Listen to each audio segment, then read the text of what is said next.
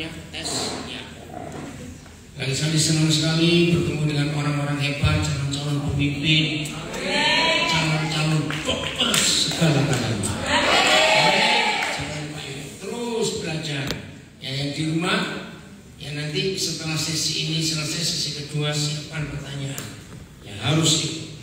Seperti tadi, ada pertanyaan jadi nolok. Kalau semua karakter, 4 karakter diubah, kan pakai karakter sama. Justru itu yang harus diubah supaya karakter Yesus nyata. Siapkan pertanyaannya. Baik, kita lanjut yang sekarang ini.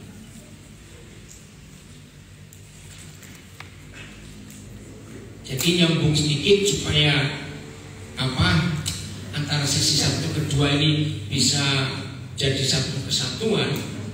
Karena manusia itu terdiri dari berapa hal tadi? Manusia 4 jiwanya. 3 apa saja? Jiwa dan roh.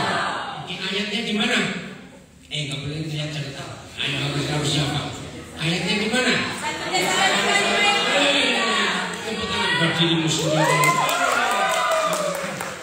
Di rumah ngikuti 1 Tesalonika 5:23. Itulah satu-satunya tulisan di seluruh dunia memberitahu manusia itu terdiri dari 3 hal itu. Nah, 3-tiganya bisa disakiti dan dirusak oleh sejarah. Ini yang harus saudara tahu. Karena Tuhan memanggil kita menjadi rekan sekerjanya, menjadi pelayan, karena Tuhan ingin yang dirusak oleh iblis itu dipulihkan. Betul ya? Maka itu dalam 1 Tesalonika 5:23 tadi, supaya roh jiwa tubuhmu sempurna, ada kata itu, sampai kedatangan Tuhan Yesus. Kenapa Tuhan Yesus berkata seperti itu harus sempurna? Ya karena dia tahu setan merusak kita. Kalau setan tidak bisa merusak jiwa, dia merusak tubuh. Kalau nggak bisa merusak tubuh, dia merusak roh. Tapi faktanya semua bagian kita, 3 bagian dirusak oleh si iblis. Dan kalau kita lihat kejadian akhir-akhir ini, makin hari, maaf dalam tanda kutip, makin banyak orang gila. Pembunuhan luar biasa. Di Amerika, saya pergi pada Amerika kemarin pagi. Masa ada anak masih 18 tahun balik ke sekolahnya nembak anak-anak yang lain. Ngeri sekali. Belum lagi kisah-kisah yang ada di sekitar kita, mengerikan betul. Nah, maka itu Tuhan memanggil kita untuk menyembuhkan mereka. Siap untuk itu? Maka kita harus diperlengkapi. Dan puji Tuhan, semua bahan-bahannya ada di Alkitab, tidak dari buku-buku yang lain. Justru buku-buku yang lain itu sumbernya dari Alkitab ini. Keren sekali. Makin makin hari saya mempelajari firman ini, semakin kagum. Didukung, disupport oleh ilmu pengetahuan. Makin maju ilmu pengetahuan, makin kelihatan hebatnya Alkitab. Kita lihat Mazmur 139, mulai ayat 1.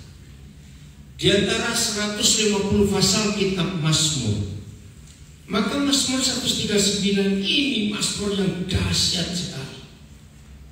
Tidak ada buku lain yang pernah menuliskan sejelas Mazmur 139. Yang mudah-mudahan bisa selesai 17 ayat ini. Saya akan coba ringkas dengan cepat. Untuk pemimpin biduan Mazmur Daud, baca mulai ini. 1, 2, 3. Nah, stop. Kita akan hitung Papa di surga itu ngapain aja dengan kita. Di ayat 1 ada 2 hal yang Papa kerjakan. 1 apa? 2 apa? Menyelidiki dan mengenal aku. Ayat 2. Ayat 1, 2, 3. 3 ya, kalau aku duduk berdiri terus. 4, engkau mengerti pikiranmu dari jauh. Ayat 3. Sudah 4 ya. Ayat 3, 1, 2, 3. Engkau memeriksa. 5, kalau aku berjalan dan berbalik. Terus yang ke-6, segala jalanku kau maklumi. Tidak ada satu pribadi pun di dunia, ya, tidak ada satu pribadi pun di dunia yang bisa mengerti, mengenal orang lain seperti Tuhan mengenal kita. Betul atau tidak? Coba dihitung. Dari 6 tadi saya nggak hafal, nomor 1 apa tadi?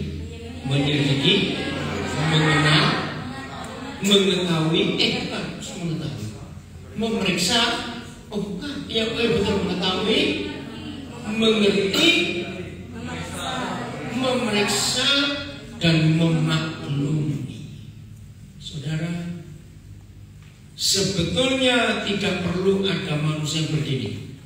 Coba jujur ya, pernah mendengar atau kita pernah berkata sendiri, ketika begitu banyak masalah menekan hidup kita, pernah nggak dengar orang ngomong, aku nggak ngerti kenapa aku begini, aku ini siapa? Pernah dengar kalimat seperti itu? Nah, ternyata di dalam psikologi memang ada penyakit seperti itu. Ketika orang itu tertekan, ketika seseorang itu menumpuk semua masalah dalam hidupnya, ketika orang itu mengalami himpitan, mengalami banyak masalah, bisa nggak orang itu sampai gak kenal dirinya sendiri? Masalah yang terjadi dalam hidup suami istri juga begitu. Ketika istri gak bisa mengenali dirinya sendiri, pasti dia menyalahkan suaminya. Ketika suami gak bisa mengenali dirinya sendiri, pasti dia akan menyalahkan istri. Ternyata di dalam masalah kejiwaan, saudara, ini sumbernya. Dengan kata lain, setan membuat hidup ini kabur. Tahu kata kabur? Bukan kabur lari ya. Apa itu? Buram, nggak jelas. Dan kalau itu diterus-teruskan, orang itu jadi aneh. Lalu biasanya kalau sudah seperti itu, orang bisa mau berdoa dengan baik. Ayo, bisa nggak? Nggak bisa. Bahkan seringkali aku nggak tahu mesti ngomong apa. Begitu lihat ayat 4. Bapa kita luar biasa, ayat 4. Baca 1, 2, 3.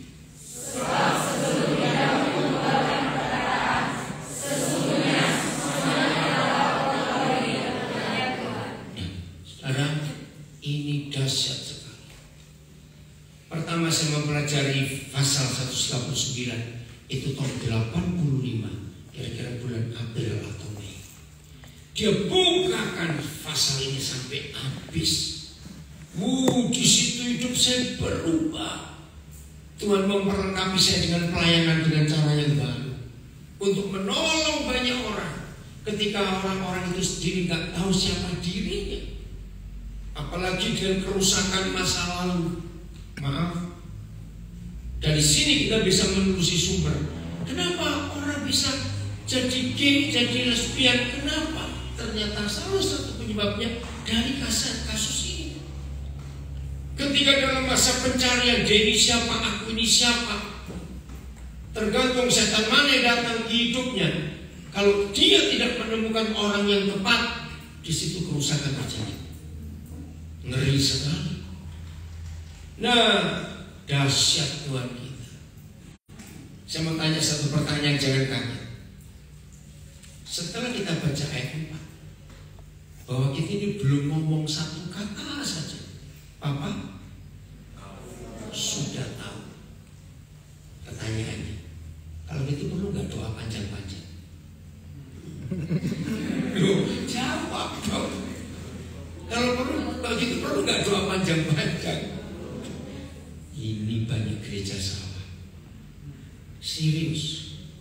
Saya mau ini melenceng sedikit ya dari topik kita, tapi ini seru.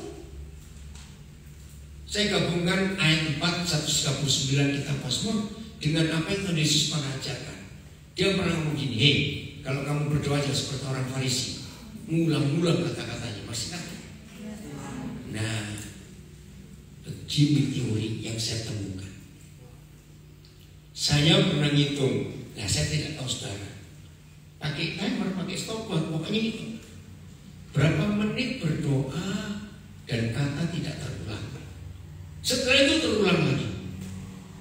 Pernah nyoba nggak? Ya harus, supaya saudara bisa ngajar orang lain. Karena Tuhan Yesus berkata, kalau kamu doa jangan diulang-ulang, ya saya harus cari. Ternyata maksimal itu 6 menit atau 7 menit. Setelah itu pasti ngulang lagi, mau ngomong apa nggak tahu. Maka itu kalau ada orang bilang, ini doa sehari 7 jam, saya tuh bingung, ngomong apa kamu? Loh serius loh, ngomong apa? Kalau Bapa di surga, sebelum kita ngomong satu kata, bahasa Inggrisnya in a word, bukan satu kalimat, satu kata, belum kita ngomong, masih tersimpan di hati, Tuhan tahu. Ayo, siapa pernah coba ngitung isi doa secara umum itu ada berapa? Ayo, bantuan nggak suka doa apa sih? Ayo, secara umum ada berapa isi doa itu? 3. Coba kalau saudara setuju tertawa yang kencang. Minta, nyuruh, lapor, nyuruh, minta. Jawabnya atau tidak? Kurang ajar. Tuhan disuruh-suruh. Nah, betul tidak? Kita banyak yang salah doa. Apalagi ketika banyak orang berdoa, Tuhan harus jawab, Tuhan harus jawab. Kalau nggak jawab kecewa. Terus kalau doa nggak dijawab kecewa, mungkin Tuhan aku begini, aku suruh begitu.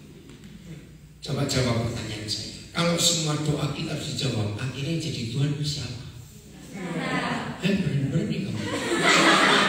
Nah ini fakta lagi. Padahal coba kita lihat ayat ini 1 Yohanes 5 ayat 14. Doa yang benar itu bagaimana? Nah, kalau saya ngajar doa ini banyak gereja tangga suka sih ini fakta. Kebanyakan doa itu nggak benar ternyata yang ngomong. Tapi yang ada intimacy with Him, akrab, menyatu dengan Tuhan Yesus, itu bukan doa. Kayak orang pacaran. Ya pacaran yang benar itu gak banyak ngomong. Cuma lihat-lihat aja kenyang sendiri. Percaya. Oh, ini dia berbalik cepat. Kok lama sekali? Kenapa berbalik? Anjing kabur dari rumah tadi. Katanya. Oke ya. Nah. Oh, 1 Yohanes 5 14. 1 Yohanes 5 14. Ayo kita baca. 1, 2, 3.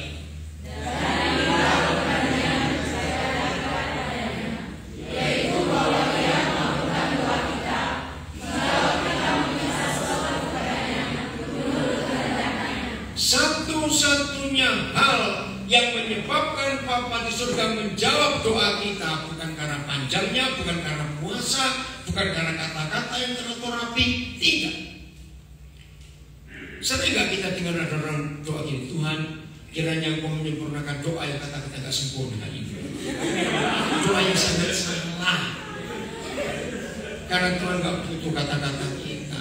Kalau buat puisi boleh. Jadi jangan doa seperti itu lagi, awas ya.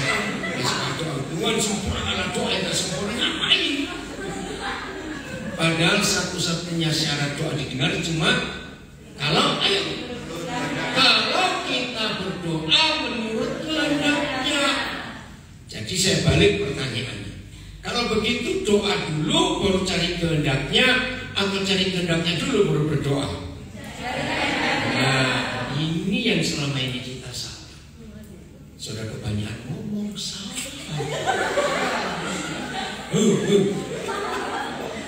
Mulai kali ini berubah cara doa kita semuanya.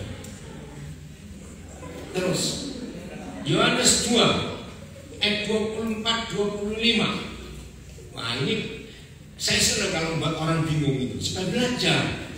Kenapa banyak orang bisa bingung setelah dengar firman Tuhan? Karena nggak mau belajar, cuma dengar dari orang.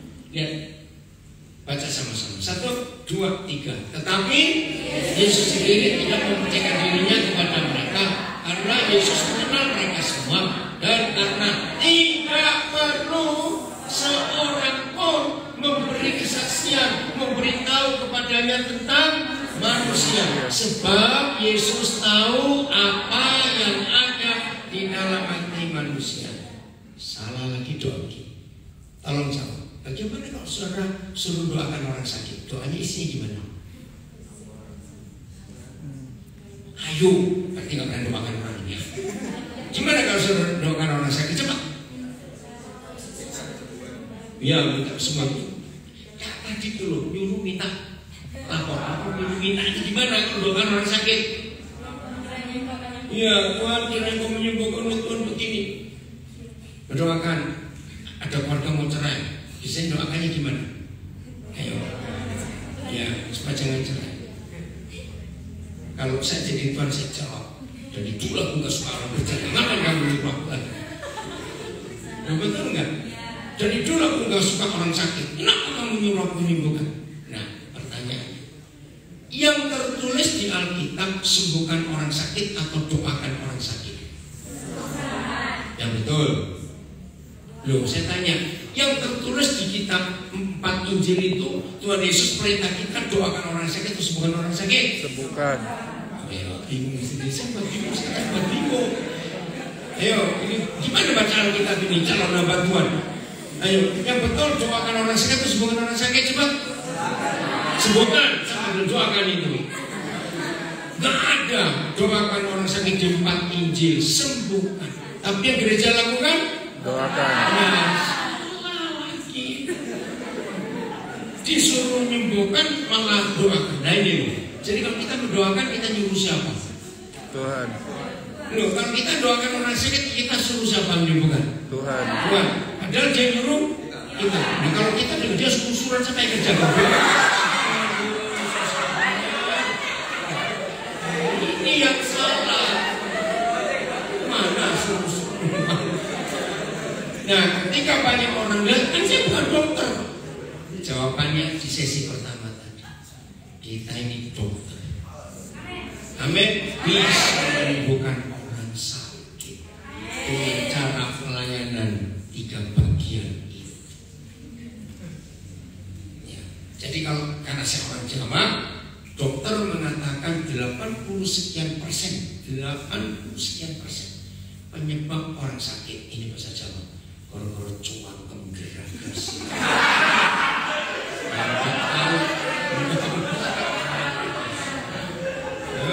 Mulut rakus itu penyebab orang sakit. 80 sekian persen. Ternyata kitab Musa itu luar biasa. Oke, nah jadi kalau kita, maaf ya, jangan saudara kaget dulu atau berkata sesuatu. Setelah kita membaca Yohanes 2:24-25, sesungguhnya perlu nggak kita mendoakan orang? Loh, gimana perlu? Ya nggak perlu, Tuhan tahu semuanya. Maka itu saya tanya, kita ini kalau doakan orang, isinya cuma memberitahu Tuhan tentang orang itu. Ngapain dikasih tahu? Dia sudah tahu kok. Ya betul tidak?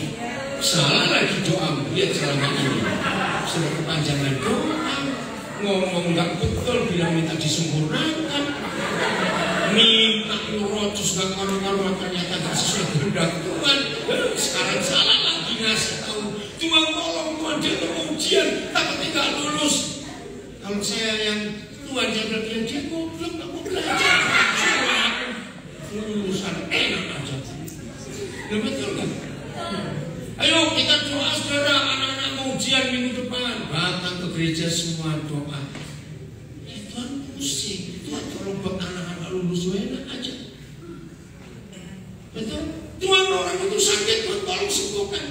Tuhan bilang dia rakus, kok suka menyembuhkan. Lu ngerti gak contoh-contohnya? Tuhan dia mereka mau cerai, oh Tuhan kirain Tuhan jangan sampai mereka cerai. Tuhan bilang aku dari dulu gak mau mereka cerai, mereka gak mau nurut.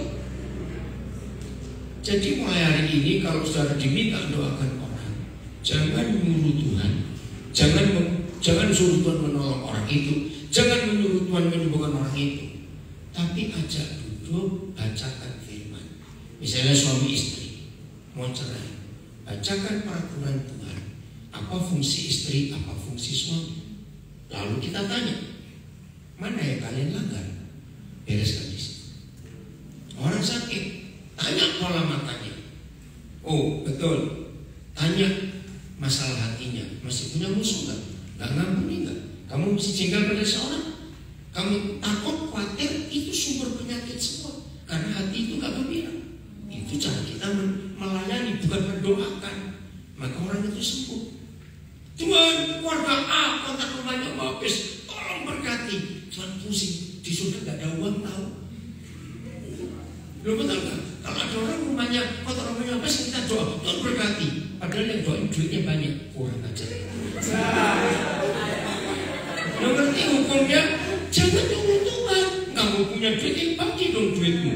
Kita lihat ayatnya, Amsal 3. Jadi semua itu sebagai firman. Kalau kita bicara apa? Apa suara itu kenapa? Apa? Oh ini pasti dibicara. Amsal 3 27-28. Amsal 3 27-28 ya. Nah ini ada kalimat yang sama. Yang benar gini, janganlah menahan kebaikan untuk orang-orang berat beriman. Ayo baca 1, 2, 3. Untuk kamu ulang 1, 2, 3. Orang-orang yang berat menerimanya.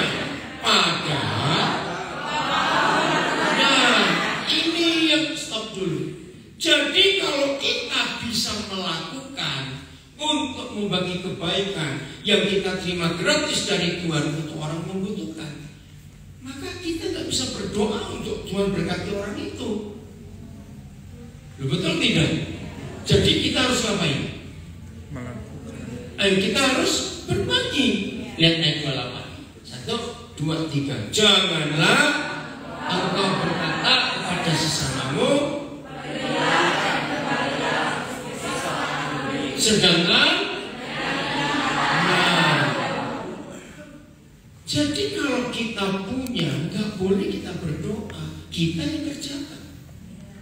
Apalagi kalau ayat 28 pakai besoknya orang Jawa, mati itu orang. Betul nggak? Kenapa mati? Karena besoknya orang Jawa nggak nyampe. Kapan? Ini firman luar biasa. Jadi mulai hari ini sikap doa kita harus berubah. Setuju ya? Aduh banyak lagi yang kita salah lakukan salah ini. Bagian terakhir untuk doa ini supaya kembali. Siapa yang setuju kalimat ini? Kalau hidup kita benar di hadapan Tuhan, kita taat, kita tidak melakukan yang jahat.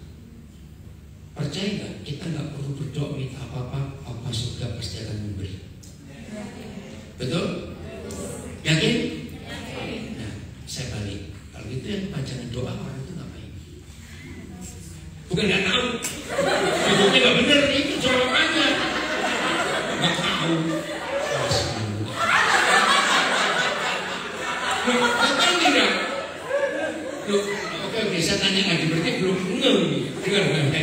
Siapa yang percaya kalau hidup kita benar di hadapan Tuhan, kita ini taat, yang kita ini nurut, kita ini setia, nggak usah doa, nggak usah minta apa-apa, Tuhan tahu yang kita butuhkan. Saya tanya apa? Percaya? Nah, sekarang saya balik. Jadi orang yang doanya panjang-panjang itu nggak percaya. Hidupnya nggak beres. Maka itu dia nggak percaya dengan doanya. Kamu miring-miring. Hebatnya firman Tuhan ini luar biasa. Ada ayatnya. Lihat Matius 6 ayat 32. Saya suka sekali melihat ini. Maka itu jangan menyuap Tuhan dengan aktivitas rohani kita. Saya ulangi, jangan menyuap Bapa di surga dengan doa puasa kita, doa pagi kita, doa siang, doa sore, doa malam. Enggak kerja-kerja kalau berdoa terus kamu. Doa apalagi, jangan nyimak Tuhan dengan khotbah kita, dengan persembahan kita. Ayo baca 1, 2, 3. Semua itu dicari oleh bangsa-bangsa yang tidak mengenal Tuhan. Stop, semua itu apa? Ada di ayat 31. Makan, minum, pakai. Pokoknya kebutuhan pokok manusia. Yang cari siapa? Nah, kalau kita kenal, perlu cari tidak? Ya udah, kenapa kamu cari? Ini masalahnya. Apa jaminannya? Kalau kita nggak perlu cari, kalimat berikut setelah titik 1, 2, 3. Akan tetapi aku yang di surga tahu bahwa aku memerlukan semuanya itu. Jadi nggak perlu berdoa. Belum itu enggak. Papa tahu kok. Belum. Ngerti soalnya? Maka dia doanya kepanjangan pasti gak beres. Karena dia gak yakin dengan dirinya sendiri. Kalau kita benar gak usah bertele-tele doa. Oke, kembali ke Mazmur 139. Jadi ayat 1 sampai 4 itu luar biasa. Hanya Tuhan satu-satunya pribadi yang sangat mengenal kita dengan apa tadi? Teliti, rinci, detail sampai 6 hal tadi. Coba ulang lagi, gak usah dibuka catatan kalian. Ayo baca. 1. Dia ngapain dengan kita? Menyelidiki dan mengetahui. 3. Pertama menyelidiki, mengenal. 3. Mengetahui. Memeriksa. 5. Mengetahui. 6. Memaklumi. Serius. Kalau kita tahu betul, kenal firman ini, hidup itu luar biasa. Saya beri satu kesaksian. Ini pengalaman saya. Saya tiap kali mendapatkan rahasia firman yang belum mengerti langsung. Papa di surga pasti memberi saya contoh masalah langsung dalam hidup. Itu semua. Maka itu kalau saya ngajar, yang orang bilang firman itu sulit, tapi buat saya jadi gampang karena Papa memberi contoh yang konkret. Nah ini kasusnya. Satu hari salah seorang anak saya, ya dia itu nyicil, ya pengen punya, dia kan kerjaannya itu desain. Nah waktu itu baru keluar laptop Apple yang MacBook, harganya mahal. Tapi dia berjuang. Dia sampai hemat makan, ya hemat semuanya itu. Akhirnya terbeli setelah hampir 2 tahun. Waduh, dia pamerkan saya, Pak, sudah dapat ini Pak. Wah, sekarang kerjaan gue jadi lebih cepat Pak. Di sini ada aplikasi macam-macam. Oh ya udah. 9 hari kemudian dia telepon saya nangis. Kenapa? Laptopku rusak. Loh, baru beli? Iya. Tiba-tiba hang, tapi bukan virus. Loh apa? Saya tanya. Dia nggak tahu. Dia bingung gimana. Tiba-tiba muncul di pikiran saya. Ini kan Apple produksi mahal, pasti di Jakarta ada authorized service, tahu ya, yang ditetapkan di setiap negara. Karena barang, iya kenapa aku bingung, bawa aja ke sana. Nah ternyata ada di Dalementi. Nah pulang dari sana, dia memberi kesaksian yang membuat Mazmur 139 buat saya hidup. Ternyata gampang sekali masalahnya. Dan bukan cuma itu, saya dapat laptop baru. Loh kok bisa laptop saya lama diambil? Gimana ceritanya? Nah ini hebatnya produksi buatan manusia.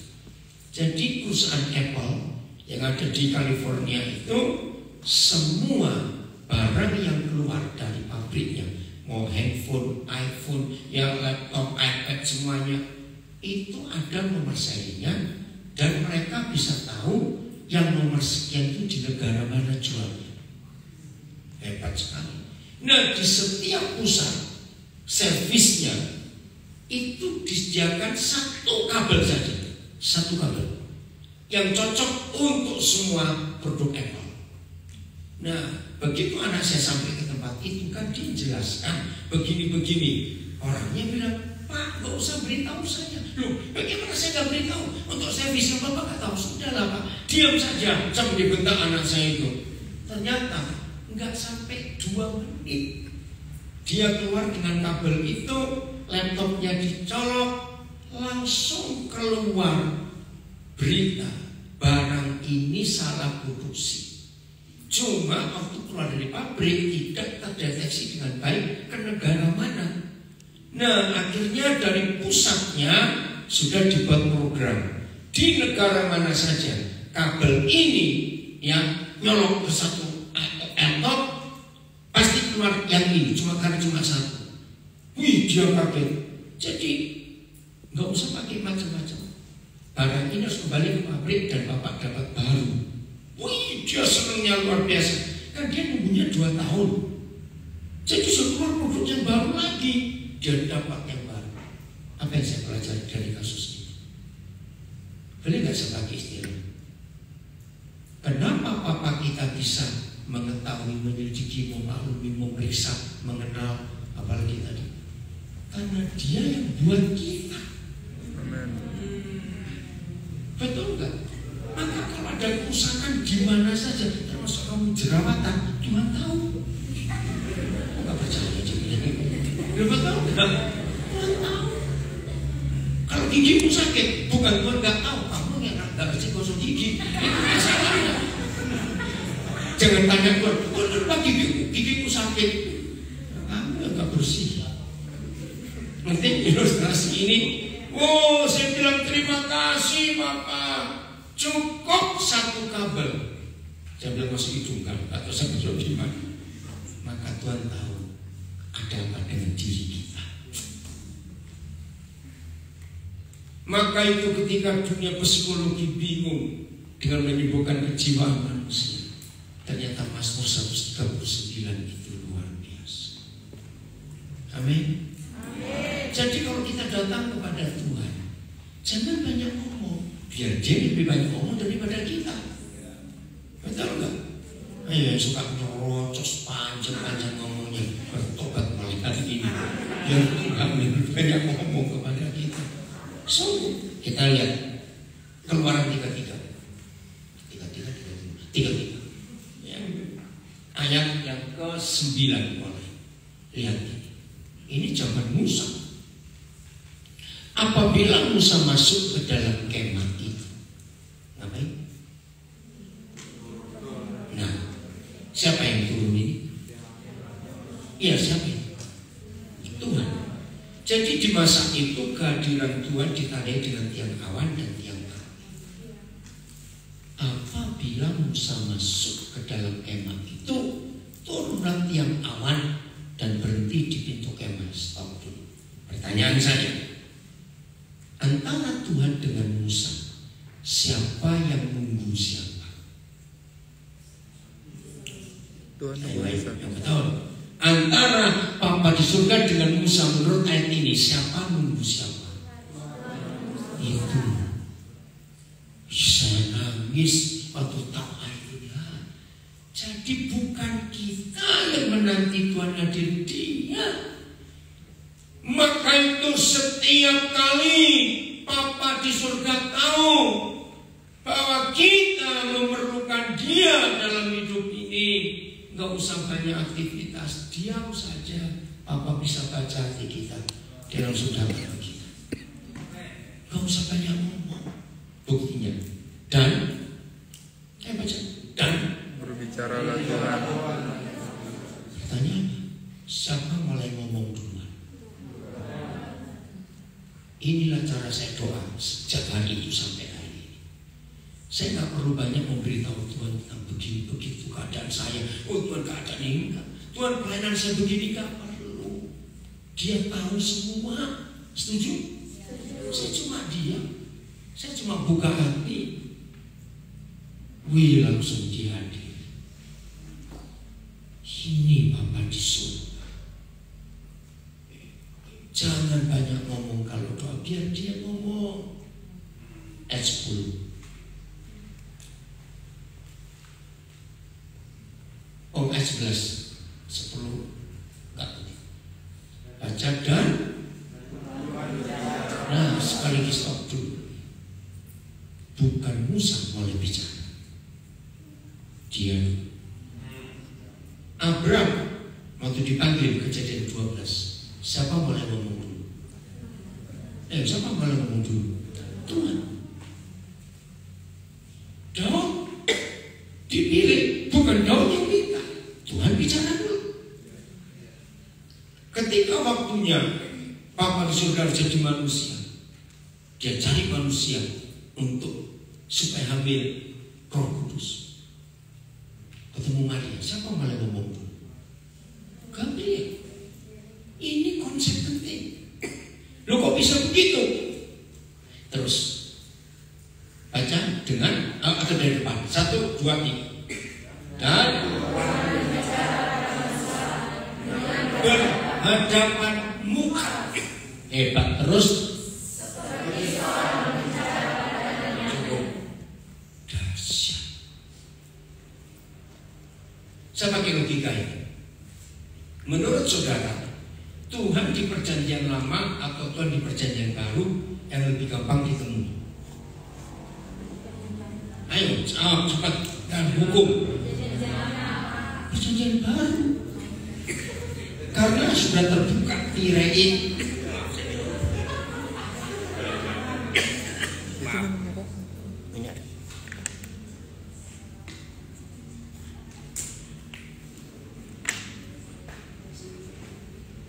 Justru di perjanjian lama untuk jumpa Tuhan itu sulitnya luar biasa, betul?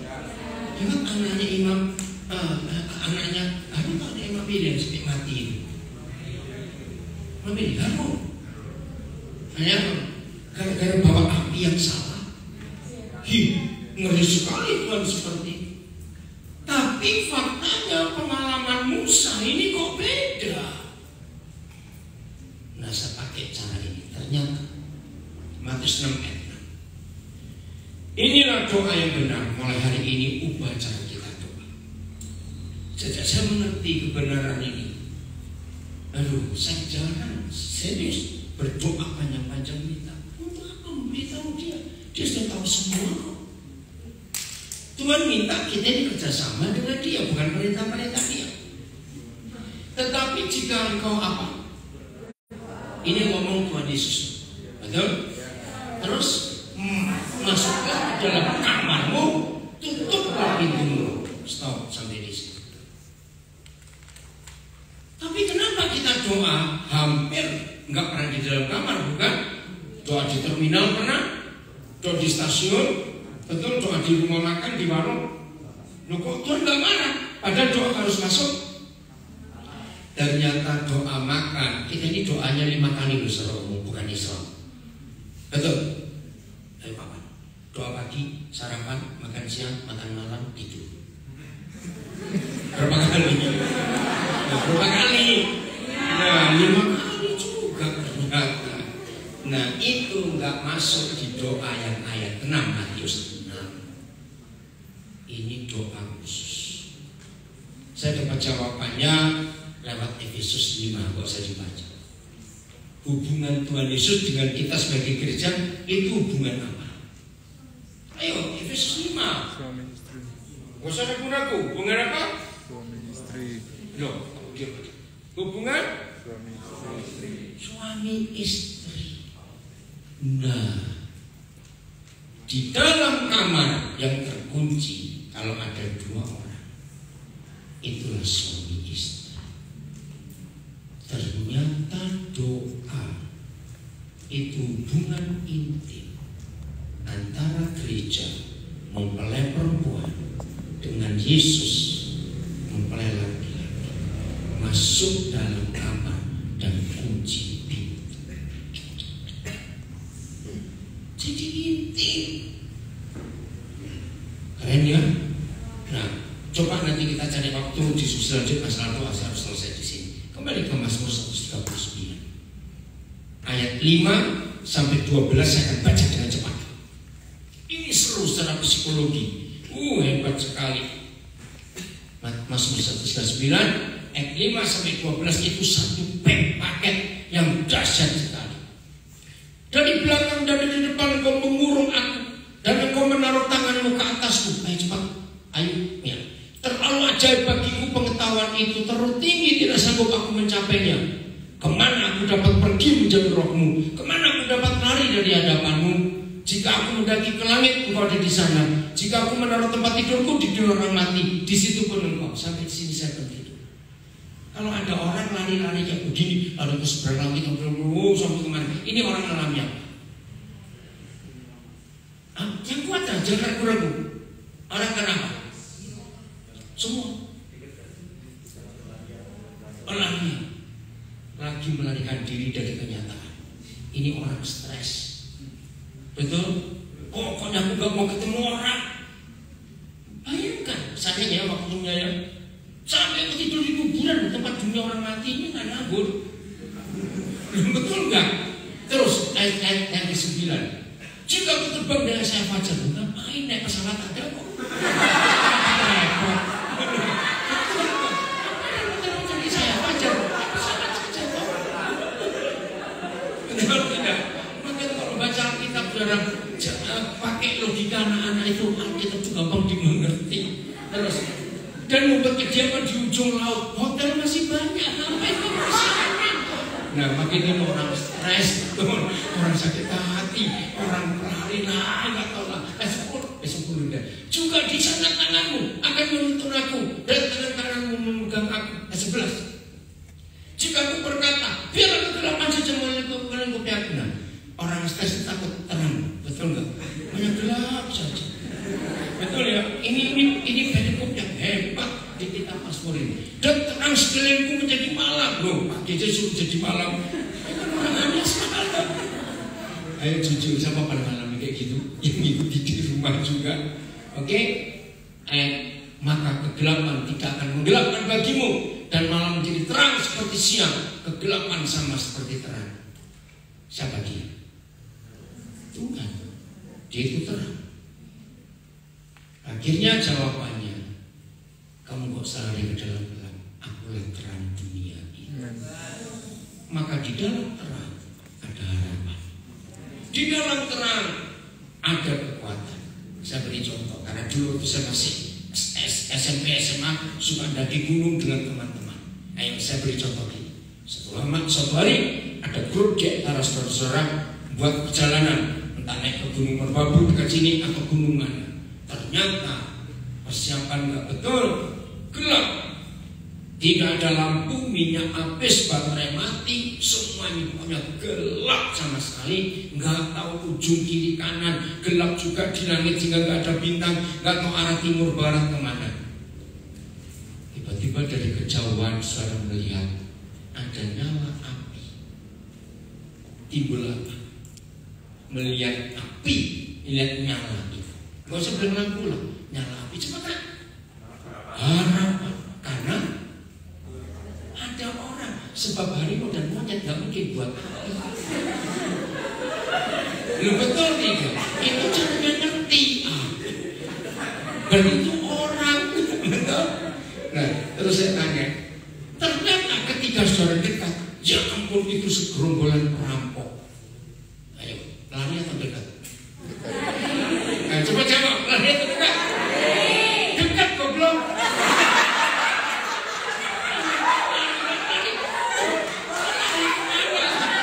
Gelap begini lari lagi. Oh, mana bukan STT ya?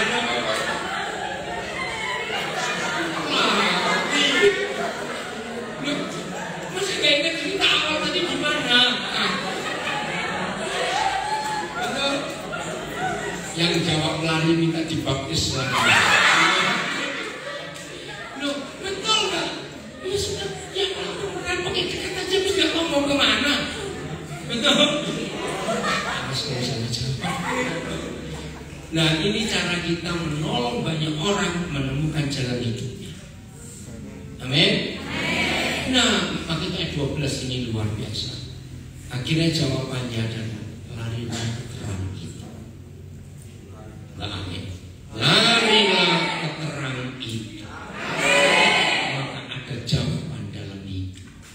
Ayo kita baca ayat 12. 1, 2, 3. Maka kegelapan pun tidak menggelapkan bagimu, dan malam menjadi terang seperti siang. Kegelapan sama seperti siang.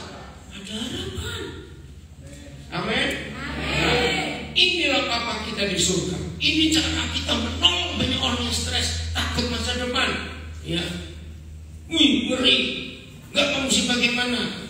Ada harapan. Saya pindah dulu ke ayat ini. Yosua 6 ayat 3. Oh, terima kasih Bapak. Ini jawaban yang luar biasa. Ya, lihat dengan cara saya ngajar seperti ini. Kira-kira orang susah, orang stres terhibur nggak? Ada harapan nggak? Kenapa saya tanya? Oke, nah, Hosea 6 ayat 3. Hosea 6 ayat 3. Ya. Jadi perikop yang kedua sudah selesai di Mazmur 139. Nanti kita lanjut. Ayo baca 1, 2, 3. Marilah kita mengenal dan sungguh-sungguh mengenal Yahweh Abdul.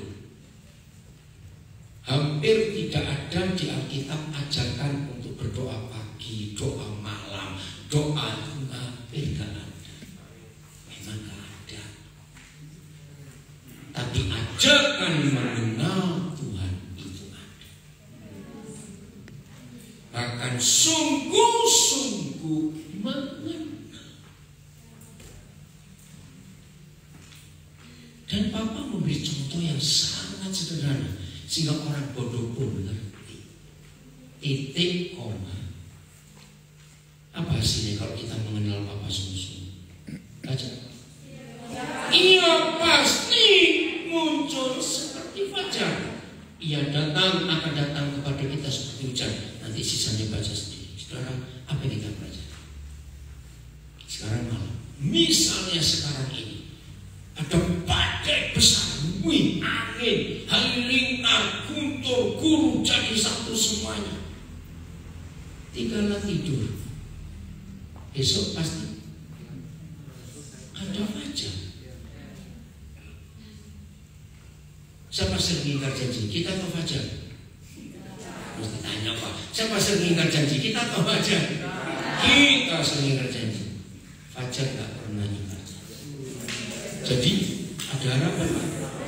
Segelap-gelapnya malam yang gelap, sengeri-ngerinya malam yang mengerikan, biarkan jalan. Besok fajar pasti menyingsing. Ini, maaf ya, saya diajar Roh Kudus belajar Alkitab bukan pakai logika teolog. Kalau kita membaca Alkitab memakai logika teologi, maka yang mendengar kita mengajar langsung Alisa gandeng, dayanya menggerut. Kenapa? Karena logika.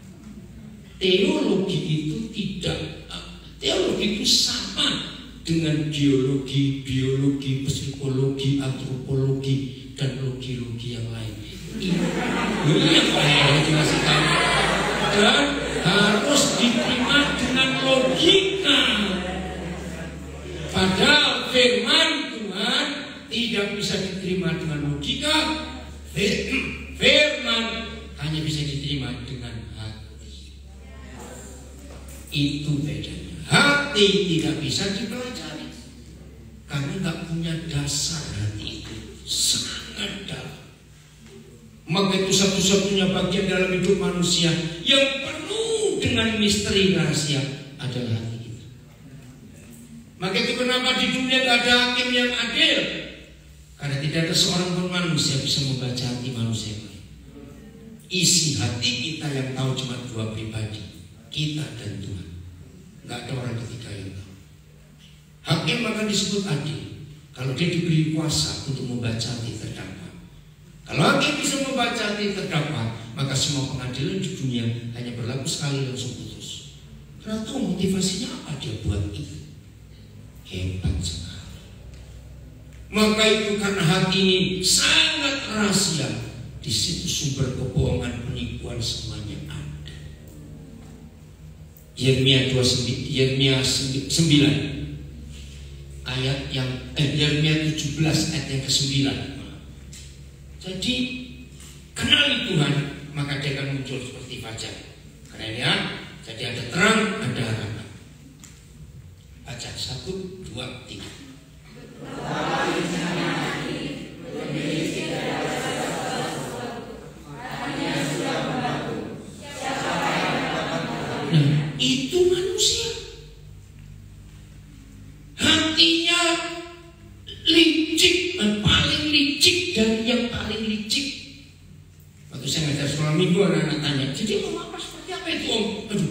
bingung. Roh Kudus beriman. Bayangkan belut kecemplung oli. Gimana itu licinya? Nah, jawab gimana licinya? Nah, itu hati kita licik. Maaf, binatang nggak punya hati secara kita. Setuju saya ngomong ini? Binatang tidak punya hati secara kita. Ngeri manusia itu, ngeri. Sudah, pokoknya begitu. Maka itu kenapa Tuhan paling benci orang munafik? Kenapa dia lebih kumpul orang berzina, orang berdosa? Karena Tuhan nggak tahu kok dibohongin. Betul? Maka itu Tuhan suka kejujuran, ketulusan di antara kita. Nggak usah dibuat-buat, nggak usah jamin, nggak usah apa-apa, nggak usah bersandiwara di hadapan Tuhan. Jelas ya? Jadi bereskan hati ini, di situ Tuhan bekerja. Oke, ngerti sekarang? Mazmur 139, sekarang 13. Wih, jadi ada harapannya dalam Tuhan ya? Nah, kalau cara melayani orang stres, orang putus asa, orang mau bunuh diri seperti ini, orang tertolong nggak? Nah, satu supaya saya nggak lupa. Kalau ada saudara melayani orang mau bunuh diri dan dalam saudara, langsung jawab kapan? Nanti siapa kuburannya? Karena orang yang nekat bunuh diri nggak akan bilang-bilang orang. Kalau dia bilang-bilang orang itu cuma cari perhatian. Suruh milih, kamu mau mati dengan cara apa? Gantung diri di bawah pohon tomat? Ayo. Gak usah repot-repot. Atau mati mau dididik-didik, mati juga loh. Lu gak percaya, mau coba. Oke, ayat 13. Nah ini dia. Nah sekarang kata pertama apa ayat 13? Nah ini ada rahasianya. Setelah Tuhan ngomong ayat 1 sampai ayat 4 sehebat itu, lalu ayat 5 sampai 12, bagaimana dia bisa tahu kita semuanya? Sebab. Nah, jadi artinya ayat 13 adalah hayulah stop makan, nggak bisa jawab. Artinya kalau dikata sebab, artinya kalau sudah nggak menjawab, saya nggak mau tidur aja lebih enak. Sebab itu penting. Artinya alasan, bukan alasan, salah, penjelasan dari semua yang kita baca di ayat 1 tadi. Kenapa dia bisa tahu, menyelidiki, mengenal, memaklumi, memeriksa, apalagi tadi itu? Kenapa dia bisa? Kita belum ngomong apa-apa dia sudah tahu. Kenapa kalau aku lari ke ujung langit, lari ke ujung orang mati, lari ke ujung laut, kok kenapa dia di sana itu? Kenapa kalau aku mau dalam kegelapan, enggak bisa menggelapkan dia karena terang menutupi, mengelilingi aku? Kenapa? Sebab ini rahasia luar biasa. Sebab apa? Baca 1. Nah, engkaulah membentuk buah pinggangku dan menenun aku dalam kandungan ibuku. Wih, Bapak kita itu teliti sekali. Oke, saya akan uraikan soal menenun. Apa bedanya tenun tangan dengan buatan pabrik? Ayo cepat. Apa?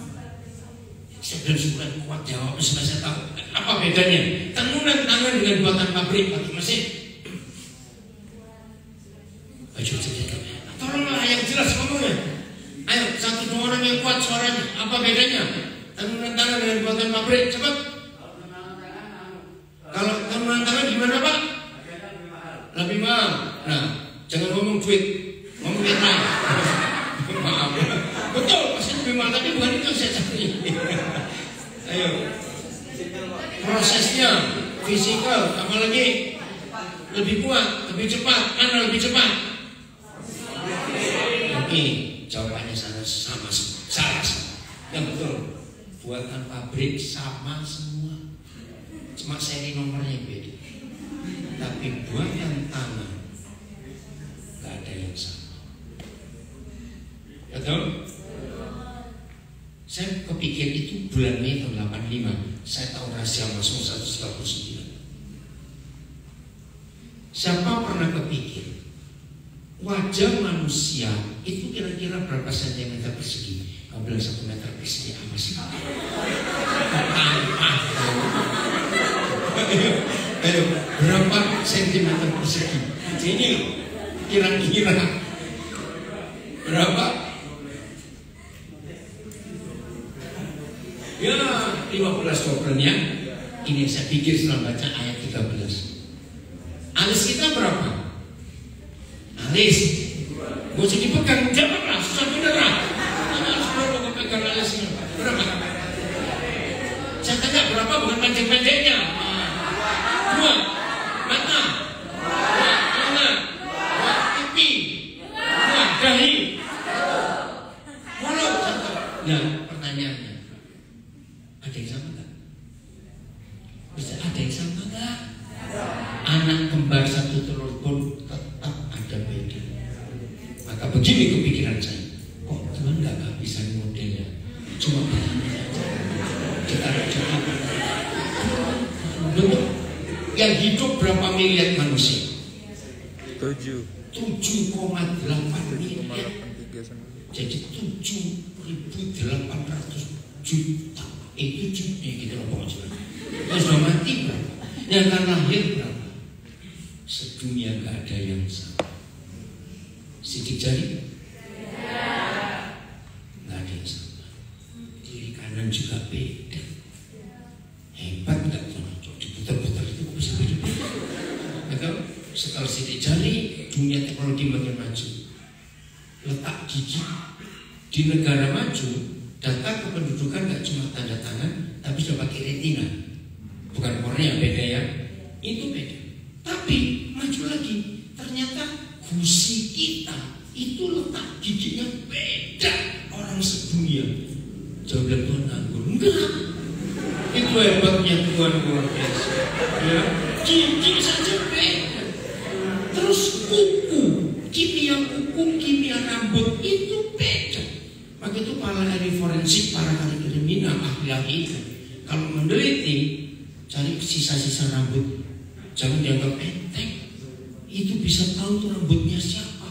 Wih, hebat benar Tuhan tuh ciptakan kita. Gak ada yang sama sedunia. Keren ya? Nah, maka itu awas. Ada yang bilang, aku kok jelek dibandingkan siapa? Loh, betul gak? Orang berkata jelek itu kalau membandingkan. Kita sepeda semua. Yang masih percaya kamu jelek, nanti malam mau tidur berjenis senyum. Iya, namanya senyum sendiri. Jangan kelamaan, temanmu bingung. Oke? Menenun, membentuk buah pinggangku. Bahasa Inggrisnya bukan buah pinggang, ya, tapi sel-sel kecil di hidup kita. Mama tahu. Karena dia sudah meneliti kita sejak dalam kandungan. Karena dia buat kita, maka itu dia bisa kenal kita sedalam itu. Betul? 14. Aku bersyukur kepadamu oleh karena kejadianmu dahsyat dan ajaib. Ajaib apa yang kau buat dan jiwaku benar-benar menyadarinya. Amin. Nanti malam ini bagi yang belum pernah tahu siapa dirimu, sambil saudara rebahan, renungkan ayat ini. Kita ini dibuat secara ajaib waktu masih dalam kandungan. Begitu sperma papa kita membuahi telur mama kita, kita itu jadi satu sel. Berapa jam kemudian, jam bukan hari, maka kita pecah jadi 2 sel. Berapa menit kemudian dari 2 sel jadi 4, 4 jadi 8, 8 jadi 16, 16 32, terus 4 terus. Selalu peningkatan 2 sampai kita jadi manusia sebesar ini. Maaf, waktu kita dalam kandungan jangan geli. Bayi sudah beres, sudah kencing belum? Ayo coba. Bayi sudah beres, sudah kencing belum? Sudah. Itu yang mengagetkan. Karena kita sudah makan dari mama kita, tali pusat itu. Hah? Terus saya mikir, kencingnya beraknya dibuang di mana? Mesti campur jadi satu di dalam air ketuban. Dan semua bayi masuk bulan keempat kandungannya sudah bisa menyot jempolnya loh. Ini kan campur semua air ini. Gimana ceritanya Tuhan? Ini ajaibnya Tuhan. Bayangkan. Terus kita sudah bernapas pada dalam cairan. Loh gimana ceritanya? Tanya Tuhan, saya cuma nggak tahu. Bisa, luar biasa. Maka itu ajaib kejadian kita. Ajaib nggak? Sangat ajaib. Kita sudah nendang-nendang. Luar biasa. Pecahnya sel demi sel. Nah, mata kita ini dulu nutup. Sampai di menjelang bulan kelima baru terbuka. Nah, ternyata sebetulnya ada sayatan halus sekali. Dan itu tangan Tuhan. Coba Tuhan isep itu buat sayatannya mirip. Jadi apa mata? Loh, bisa tak mikir begitu? Nggak lucu. Tuhan kita sempurna, luar biasa. Hebatnya, dibilangin mau tertawa. Oke, 15. Cepat. 15. Tulang, baca 1, 2, 3. Tulang-tulangku tidak terlindung bagiku ketika aku dijadikan di tempat yang sunyi. Dan aku direkam di bagian-bagian dunia yang paling bawah. Haleluya. Tulang-tulangku tidak terlindung bagimu. Ilmu pengetahuan. Orang bernama Ronson itu yang pertama kali menemukan sinar X. Maka itu disebut sinar Ronson nama orang. Itu ditemukan 1899 sampai 1900. Itu penemuannya baru sah dihafal. Daud ada ribuan tahun sebelum Mr. Ronson, dan dia sudah menulis. Tulang-tulang siapa ini? Tulang-tulangnya siapa? Cepat baca. Kita waktu masih bayi tidak terlindung bagi Bapa di surga. Saya nggak sempat hitung teliti. Tulang-tulang kita itu dalam berapa lapis? Coba. Pertama perut mama kita, kulit luar, kulit dalam, terus tembus ke dalam, terus sampai plasenta, terus air ketuban, terus baru ada kita. Kita ada kulit juga, ada daging juga, sampai tulang kita itu berapa lapis? Tapi mata Bapa di surga tembus. Agung. Tulang-tulangku tidak terlindung bagimu. Papa tahu sedetil itu. Tolong ingat, tidak ada buku di dunia yang pernah menulis rambut di kepala kita itu terhitung. Gugur satu pun Tuhan tahu. Itu hanya Alkitab yang menulis. Jadi satu-satunya Tuhan yang pernah tahu jumlah rambut kita berapa itu Tuhan kita. Jangan bilang Tuhan nganggur itu rambut, bukan. Itu ketelitiannya terhadap kita. Hebat sekali. Terus ketika aku direkam di bagian-bagian dunia yang paling bawah, dahsyat. Ayat 16. Matamu melihat selagi aku bakal anak. Stop. Ini dahsyat juga. Apa kata lain matamu melihat aku selagi bakal anak? Artinya apa? Cepat. Artinya apa? Ayo, cepatlah. Ini ada 3 arti. Udahlah. Saya ingin dapat yang keempat, kelima, keenam dari saudara. Matamu melihat selagi aku bakal anak janin, cabang bayi, embrio. Mata Papa kita melihat. Artinya apa? Cepat. Saya menemukan 3 arti yang dahsyat sekali. Oke, saya beri contoh. Walaupun tidak ada dokter kandungan di sini, ya, kok bisa tahu? Ya, karena modelnya bukan dokter kandungan begini, itu maksudnya apa? Ya, semua dokter kandungan seahli apapun Tidak ada dokter kandungan termasuk bidan yang berani meremehkan kehamilan. Betul tidak? Semua kehamilan itu risiko sangat besar. Untuk keguguran, untuk meninggal, untuk proses persalinan gagal, ngeri. Nah, saya sudah nolong ini. Berarti apa artinya matamu melihat selagi aku bakal anak? Artinya apa ya? Menjamin keselamatan. Apalagi? Ayo, matamu melihat selagi aku bakal anak. Betul, satu menjamin keselamatan. Iya. Ini gak bisa pikir. Oke, saya harap besok ada berapa sesi? 3 ya. Saya minta saudara-saudara lebih aktif ya dalam interaktif ini. Saya nggak mau seperti ini, supaya saudara belajar banyak sekali. Matamu melihat selagi aku bakal anak. Artinya Tuhan teliti mengikuti perkembangan kita sebagai janin itu. Dia melindungi, dia menyelamatkan, dia menjaga. Saya tanya lagi, walaupun tidak ada dokter kandungan bidan, gampang gak bayi-bayi kena virus dalam kandungan? Sangat gampang. Mama salah makan, anak makan obat salah, minum salah, kena semua. Bahaya. Tapi matanya melihat. Tapi yang paling penting, dia tahu destiny kita mau jadi apa. Yeremia 1 ayat 5. Ini dahsyat sekali. Tolong yang ikuti via Zoom, Instagram, Facebook, seperti saudara bilang menulis, tolong ya, ini penting sekali. Ada 3 fase yang paling dahsyat dalam hidup manusia sejak belum lahir. Fase pertama kita baca 1, 2, 3.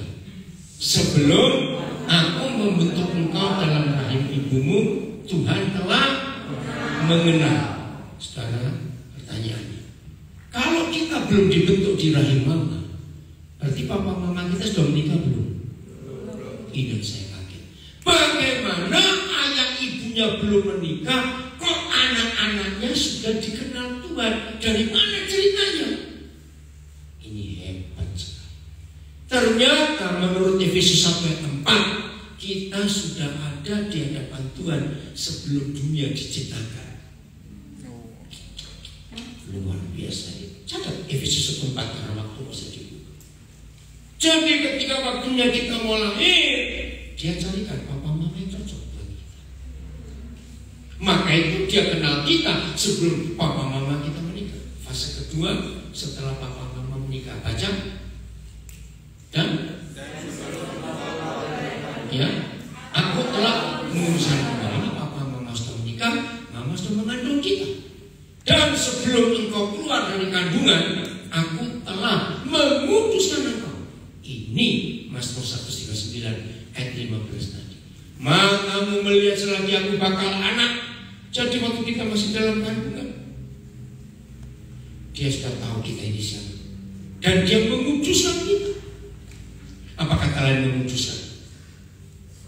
Memisahkan, memilih. Fase ketiga setelah kita lahir, ada apa? 1, 2, 3. Aku telah menetapkan engkau. Stop. Ini dalam bahasa Inggris destiny. Sayang dalam kamus bahasa Indonesia destiny ditulis nasib. Bukan, salah besar. Destiny itu adalah tujuan akhir dari hidup seorang manusia. Nah, yang tahu destiny kita cuma Bapa di surga, karena Dia yang buat kita. Jadi sejak kita masih dalam kandungan, Papa sudah menentukan kita harus jadi apa, nanti tinggal di mana, menikah dengan siapa. Semuanya itu ada. Nah, menjadi nabi tidak harus itu cuma untuk Yeremia. Kita mau jadi apa, terserah keputusan Tuhan. Amin. Tapi bagi bangsa-bangsa, Alvin Toffler pernah berkata begini, ya, think locally, act globally. Artinya kamu boleh berpikir secara lokal, Tapi tindakan kamu bisa sampai jauh keluar atau dibalik terserah, sama saja. Jadi ketetapan Tuhan, aku telah menetapkan engkau, pada dalam bahasa pemerintahan memberi SK, atau SK, surat keputusan, surat tugas. Menjadi terserah Tuhan, tapi dia ada baju dunia. Jadi kita sudah punya ketetapan sejak kita belum lahir. Dan begitu lahir langsung ditetapkan, diputuskan. Keren sekali. Jelas ya, inilah 3 fase yang Tuhan sediakan buat kita. 149 15 tadi belum selesai. Aku nggak melihat ini semua sekarang. Maka itu sejak tahun 85 saya khotbah, jangan gugurkan bayi. Anak itu Tuhan yang punya. Maaf, walaupun itu hasil perkosaan, Tuhan punya rencana yang kekal untuk anak itu. Jangan dibunuh. Oke? Matamu melihat selagi aku bakal anak. Nah, ini yang saya nangis. Dan ayo baca. Dan dalam kitabmu semuanya tertulis. Apa semuanya? Tentang hari-hari hidup kita. Tertulis hari-hari yang akan dibentuk sebelum ada satupun daripadanya, termasuk jodoh kita. Tuhan tahu. Saya tanya, kalau orang buat buku harian, itu dibuatnya kapan? Nulisnya kapan? Setelah kejadian. Biasanya malam hari, bukan? Nah, kalau ada orang buat buku harian ditulis sebelumnya, itu namanya ngarang. Lu betul tidak? Berani ngomong Tuhan ngarang? Ini saya menangis betul. Jadi waktu kita belum lahir, Papa di surga sudah buat buku harian buat kita. Maka itu password, kalau saya pakai istilah Alkitab itu buku program komputer hebat. Passwordnya cuma satu, taat, nur. Maka itu semua kunci keberhasilan orang-orang percaya namanya tertulis di Alkitab. Bukan doa, bukan hafalan kita, nurut. Cuma paling gampang bisa kerja dengan orang nurut, bukan orang bandel. Begitu dari kecil Tuhan beri kita orang tua untuk belajar nurut kepada mereka. Tapi sayang, tidak semua orang tua itu benar dan baik. Begitu anak-anak jadi kacau. Menurut ayat ini, semua orang hidupnya ditetapkan baik atau tidak? Baik. Gagal atau berhasil? Baik atau buruk? Nah, maka kebalikannya, ini pelayanan saya. Kalau ada orang di luar semua ini, berarti mereka membuat buku harian sendiri. Ngerti? Ayo kembalikan mereka ke buku harian. Dan itu semua ada di Alkitab. Maka hidup itu indah di dunia ini. Dan terakhir 17. Dan bagiku baca, betapa sulitnya pikiranmu, ya Tuhan, betapa besar jumlahnya. Sebelum semua tidur, saat ini yang di Indonesia, di Eropa masih sore, Amerika masih pagi, Australia sudah malam, renungkan. Ini hidup yang luar biasa. Seandainya ada di antara kita, baik yang mendengar nanti via rekamannya, yang sekarang langsung live streaming, maupun kita yang ada di sini saat ini akan mendengar rekaman audionya. Maaf, kalau ada di antara saudara hidupnya kacau, hidupnya berat, hidupnya nggak tahu jalan kemana, hidupnya nggak tahu mau apa, kembalikan istilah laptop tadi, cari kabel surga. Biar Tuhan nyolokkan ke hidupmu, nanti dia tunjukkan, ini loh yang aku tulis untuk kamu sebetulnya anakku. Tapi kamu milih jalan sendiri, ayo bertobat. Maka itu kata bertobat artinya berbalik, kembali ke jalan Tuhan. Maka kalau kita bisa membuat orang berbalik, bertobat,